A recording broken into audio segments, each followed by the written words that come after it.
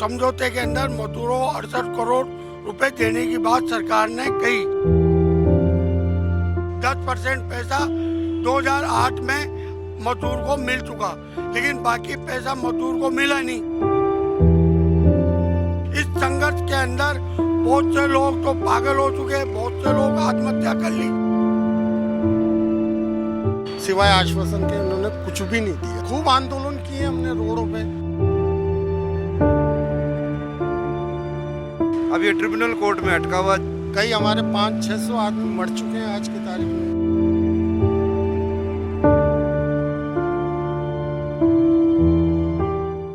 नमस्कार, आप देख रहे हैं पंजाब केसरी और मैं हूं आपके साथ इशिका जैन।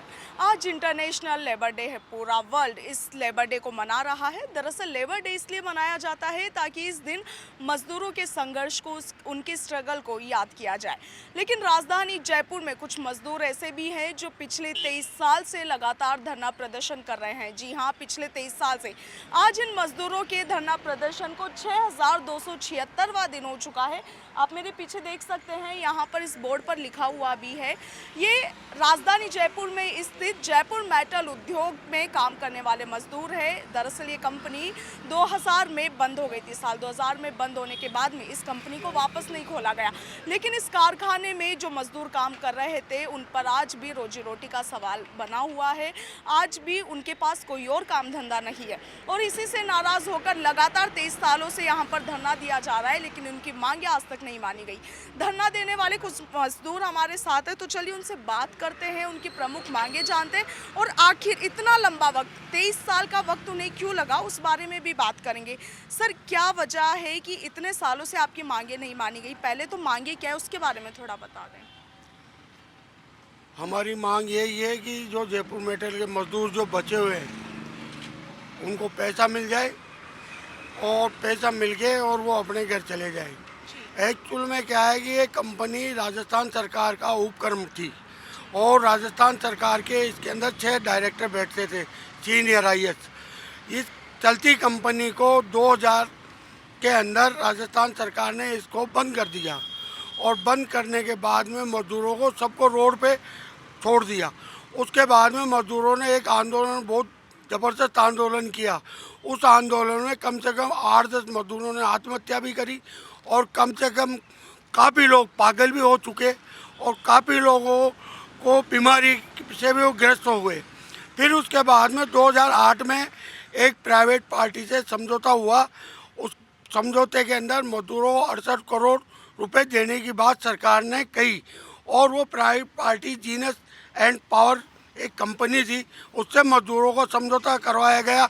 उस समझौते के अंदर 10% पैसा 2008 में मजदूर को मिल चुका, लेकिन बाकी पैसा मजदूर को मिला नहीं। बाकी इसलिए नहीं मिला कि सरकार के अधिकारियों की ढिलाई से ये मामला कोर्ट में पहुंच गया। कोर्ट में राजस्थान सरकार के जो वकील हैं उन्होंने कभी ये नहीं कहा भाई हमने ये समझौता किया है इसलिए मजदूर को पैसा मिलना चाहिए।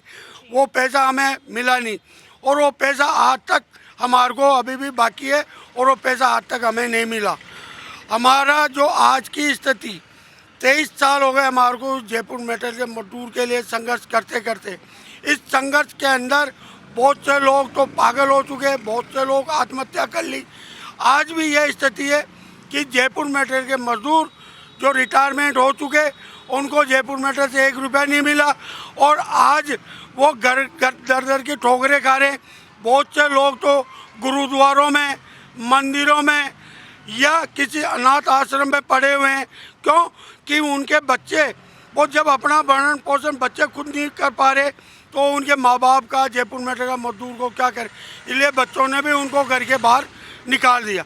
अब आज ताज़ा स्थिति ये है कि ये मामला जो जयपुर मेटल का एक नेशनल ट्रिब्यूनल लॉ बोर्ड में चल रहा है। अब उसके अंदर सरकार ने अभी तक कोई जवाब नहीं दिया और जो कर्जा बैंक का था जयपुर मेटल का, वो कर्जा किसी प्राइवेट पार्टी ने ले लिया और वो प्राइवेट पार्टी इस पर कब्जे करने के लिए तैयार है।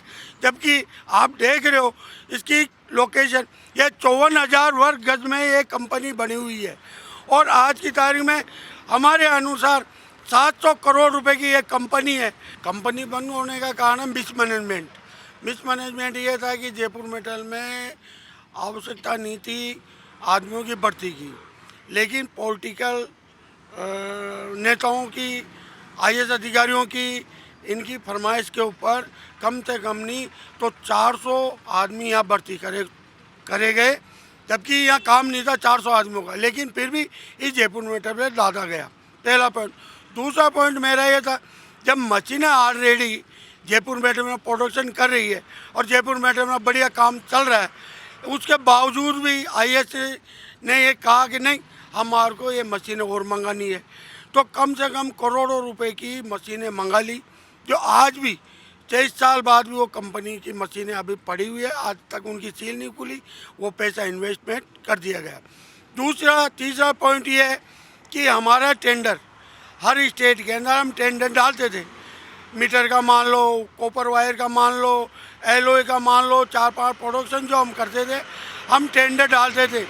तो यहाँ से टेंडर लीक होने के कारण वो दूसरी पार्टियों को टेंडर मिल गया और जयपुर मेटल को टेंडर मिला नहीं।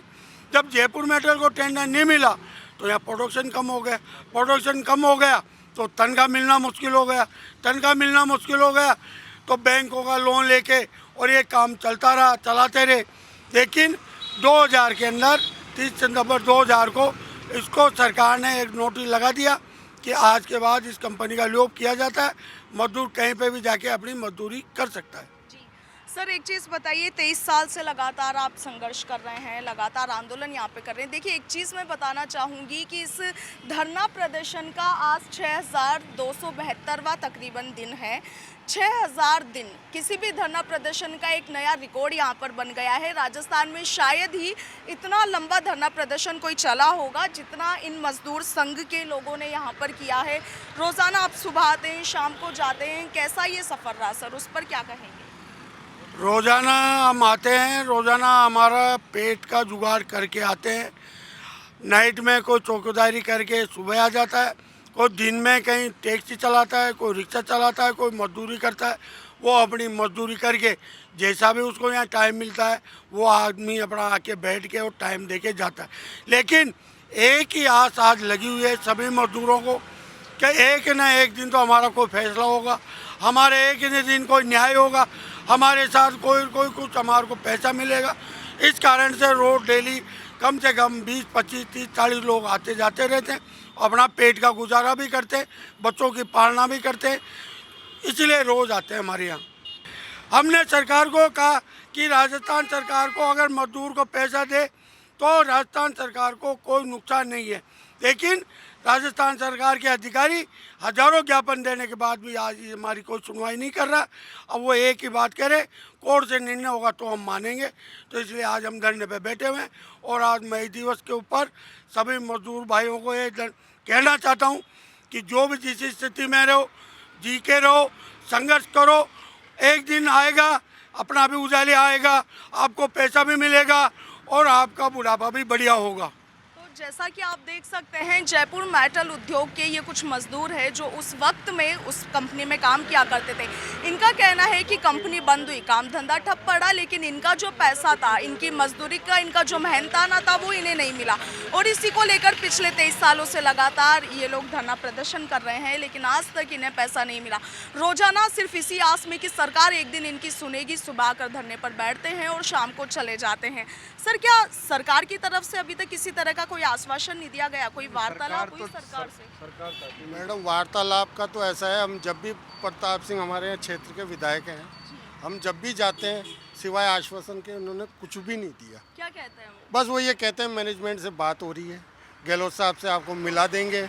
कभी आज तक नहीं मिला है, 4.5 साल हो गए उनको, मुख्यमंत्री से आज तक मीटिंग नहीं हुई।